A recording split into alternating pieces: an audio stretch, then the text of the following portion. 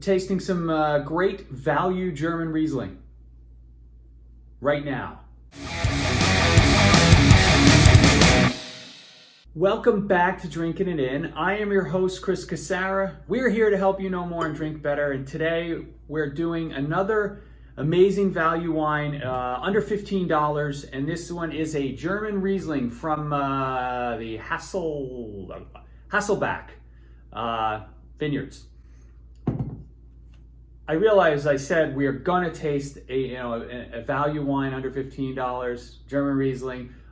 All that stuff is correct. But I haven't had this yet, and I'm hoping that it truly is a great value under $15. I think this was had for $11-ish, $11.99, $12.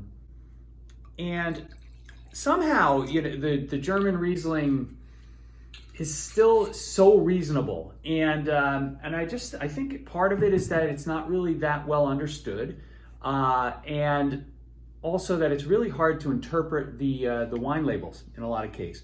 This one is a Riesling Dry 2020 Hasselbach from the Rheinhessen. That's another area in Germany.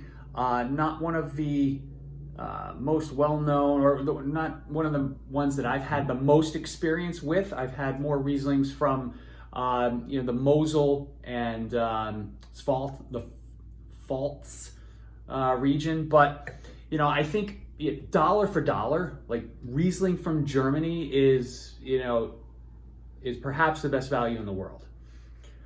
A lot of them can age forever. I'm not sure about this one, but we're gonna try it out. Let's see what we got. I don't know what I'm doing with this bottle. Clearly I'm not comfortable.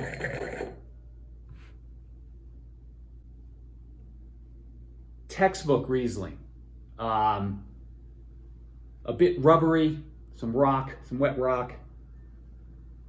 When I say rubbery, it's that bicycle tire. Like if you go into a bike shop, it has a lot of new bicycles, it's kind of the essence that you get.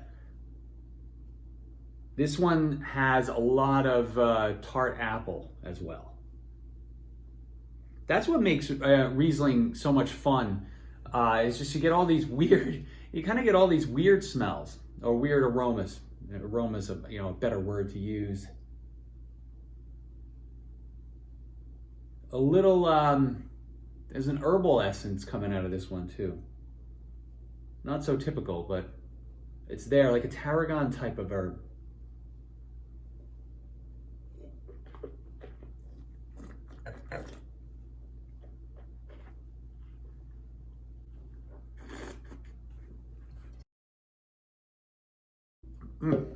So good. It's so So this is great. It's a delightful Riesling.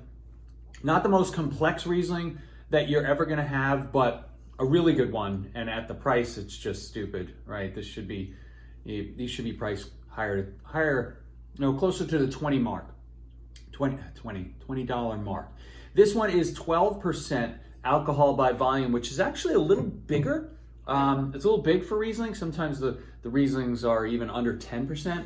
But either way, I mean, this is going to be perfect, whether it's a little warm out or whether the weather's turning into the cooler weather. You can match it with so many foods. So interrupting here because I forgot to note, or actually I noted after the video, that this wine had a little effervescence, a little frizzante. You can see the bubbles here. It's another cool thing that when you open Riesling may happen if you're lucky. If you see Hasselbach, I'm gonna see if I'm pronouncing this correctly, 2020 dry Riesling, you can buy with confidence. And actually I forget where I got this, even though I just bought it like a couple of weeks ago, but I'm probably gonna go back for another bottle or two. Thanks for joining. Be sure to like and subscribe, ring that bell so you get a notification whenever I release a new video, and I'll see you next time. Cheers.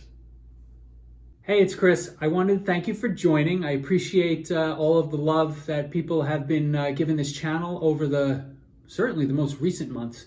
I encourage you to hit the like button, write some comments down there so we can continue the conversation.